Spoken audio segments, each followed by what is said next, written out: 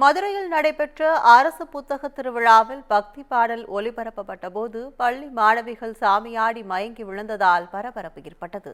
மதுரை தமுக்க மைதானத்தில் அரசு சார்பில் புத்தக கண்காட்சி நேற்று தொடங்கியது. இதனை அமைச்சர் மூர்த்தி, மாவட்ட ஆட்சியர் சங்கீதா, மாநகராட்சி ஆணையர் தினேஷ்குமார், மேயர் இந்திராணி ஆகியோர் தொடங்கி வைத்தனர். இதையடுத்து விழா மேடையில் பாரம்பரிய கலை நிகழ்ச்சிகள் நடைபெற்றன. அப்போது கருப்பசாமி பாடல் ஒலிபரப்பப்பட்டு கலைஞர்கள் நடனமாடி கொண்டிருந்த போது கீழே அமர்ந்திருந்த பள்ளி மாணவிகள் திடீரென சாமியாடத் தொடங்கினர்.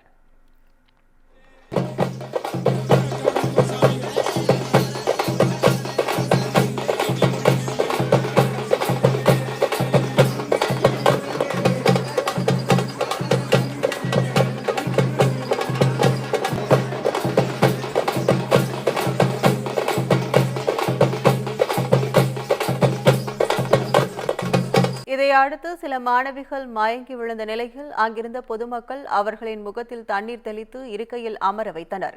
பின்னர் அரசு நிகழ்ச்சியில் பக்தி பாடல் ஒலிபரப்பியது ஏன் என அதிகாரிகளுடன் அவர்கள் வாக்குவாதத்தில் ஈடுபட்டனர்.